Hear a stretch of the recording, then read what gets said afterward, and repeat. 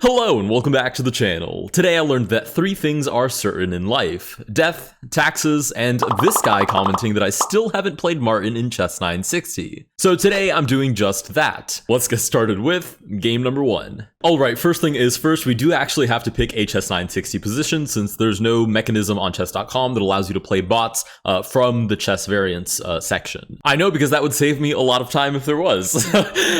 So first, let's start by generating a new position. Alright, this is the position that we are going to play, and it is beautifully cropped for you guys. Okay, there we go. It somehow came back. Okay, that's the position. I will take a photo and see you guys against Martin. Okay, we reconvened to play against Martin. I made sure to put all the pieces in the right places, especially the pawns. For example, you can clearly see the h2 pawn is here on d2. Now, for this first game, no gimmicks whatsoever. I will just play a normal game of chess against a chess bot that is actually only 1 digit away from a very similar elo. I think he just needs like 1 more 0 at the end, and we'd be pretty close in rating. Since we should be in for a good match, let's start by developing to just control the center squares, and he immediately dishes out pawn to b5. I don't even have to overthink this, to be honest. I'm just going to develop my pieces to control the center. I might castle if I feel like it, or maybe I'll just grab a free pawn along the way. Let's grab even more space, and I'm kind of just playing hungry hippos here, right? I just want to grab as much space as possible, and then eventually capitalize on all that newfound space. As you can see, the Martin bot doesn't do a particularly good job of finding that extra space. Can I castle? Wow, not even on chess.com can I figure out how to enable castling. Incredible. Okay, the king shuffles over. How do I grab even more space? You know what I can do? I can just take my sweet time organizing a diabolical attack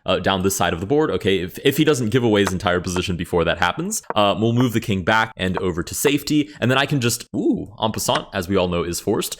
Taking the rook is also forced, at least in my rulebook it is. And now that we have these rooks lined up on the king side and our king safely tucked away on the queen side, I can just push all of my pieces and wreak havoc. I will also sneakily grab my queen and pick up this knight. Don't mind if I do. Pawn advances, I can simply capture. I can probably force this promotion as well, but no need because I'll grab a queen anyways. He doesn't even take back. Let's take on h7, move the rook down. There should just be a mating idea here momentarily. I'm just going to keep grabbing space, putting him in check. And is this mate? Oh, that's a free queen. This is my only concern with playing against Martin, is that it teaches me how to play Martin-esque moves. Let's take with check. King moves back, and now this is mate on e8. With that, we do finally complete the saga of playing against Martin in Chess960. Now, this does kind of open up the floodgates to any of you guys leaving a comment and saying day 1 of XYZ. And now you know, you have empirical evidence. You know that I will eventually fold. So feel free to get creative in the comments down below. Now, we're going to try this one more time, but this time I want to play with only one piece. Obviously, that will be the queen. All right, I've gone ahead and reset the board, and I'm very confident that I can defeat Martin with just moving my queen. Obviously, inherently, I have to move this pawn out of the way to get the queen developed, but let's try this challenge on for size. We're just going to move the queen. No funny business. We'll move back, and all I have to really do is target free pieces, and as long as my queen doesn't get trapped, I should be able to just absolutely consume Martin's entire side of the board. Let's take on c7 as well. Everything here is free, and we'll move back. The queen has done her piece. Let's grab something else for free. We want to make sure that she's always controlling as many squares as possible. That way, if a piece does move into a precarious position, which by the way, it has to, and I'll explain in a moment,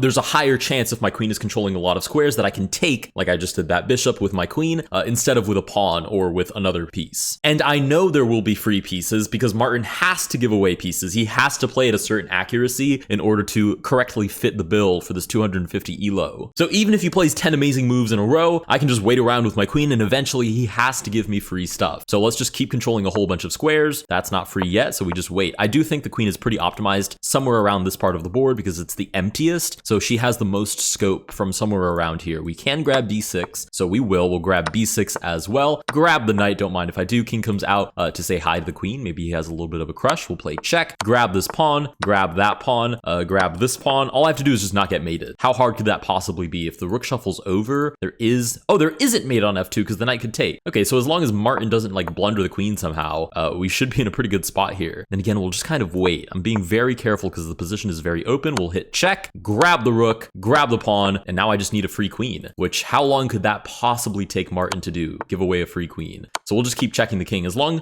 as we don't lose, it's a 50 move rule, we should be totally fine, but there goes the queen. Now, can I mate with just the queen? That would be insane. The thing is, I don't know how I would set that up. I guess it is possible. If the king was on g4 and my queen was on g6, the pawn would cover these adjacent squares. This pawn would cover f3, this bishop h3. Obviously, this pawn is defended, and the queen would cover all of these squares. The problem is, how do I get the king to g4? I don't think I can force the king to move to g4. And since Martin never falls for checkmate in 1, oh wait, I didn't even allow him to move that way. Oh, I stalemated him! Are you actually kidding me? Oh, I was gonna say, I was just moving the queen over here so he would have to keep walking over, and then I didn't realize that I was covering f5 at the same time. Anyways, I do still think that this was kind of impossible though, because even if we did have the king on any of these squares, there wouldn't be a way to force Martin to move down to g4. If I give a check, he always has somewhere else that he could potentially move to. And since Martin always sees checkmate in 1, he also inversely never plays into checkmate in 1 move. He can play something horrible, checkmate in 2, give away the queen, what have you, but he will never fall for checkmate in 1,